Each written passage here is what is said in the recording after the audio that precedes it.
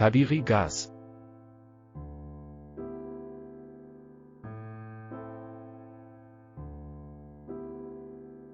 Табиғи газ – бұл газдардың қоспасы. Негізгі бөлігі шамамен 98% газ метан болады. Қалған 2% этан, пропан, бутан және басқа газдар сияқты сутегі, азот, күкіртсутек, көмірқышқыл газы болады.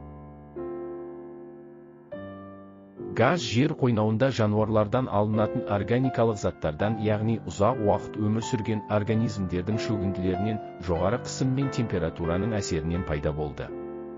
Тірі организмдер өліп, теңіз түбіне батып, тотығу нәтижесінде ыдырай алмайтын, өйткені теңіз түбінде ауа мен оттегі жоқ, немесе микробтармен жойылмайтын, өйткені олар болмаған жағдайларға тап болды. Бұл организмдердің шөгінділері сазды тұнба түзді. Геологиялық қозғалыстардың нәтижесінде бұл тұнба үлкен тереңдікке еніп кетті. Онда қысым мен жоғары температураның әсерінен миллиондаған жылдар бойы тұнба құрамындағы көміртегі көмірсутектер деп аталатын қосылыстарға ауысатын процесс болды.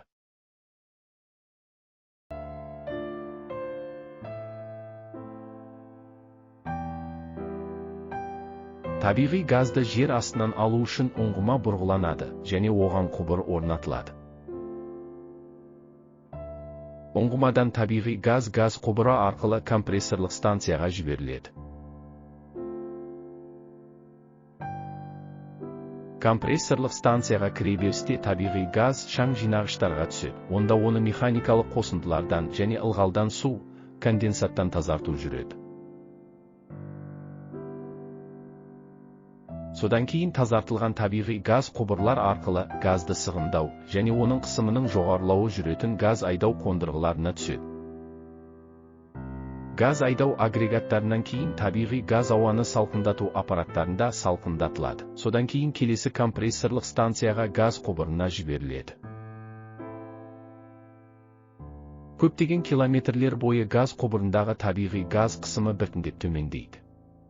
Сондықтан газды мақсатына сай жеткізу үшін оған қайтадан қысым жасау керек. Ол үшін газ құбырының әр 125-130 шақырымында компрессорлық станциялар орнатылады. Жер астынан тұтынушыларға табиғи газ осылай жеткізіледі.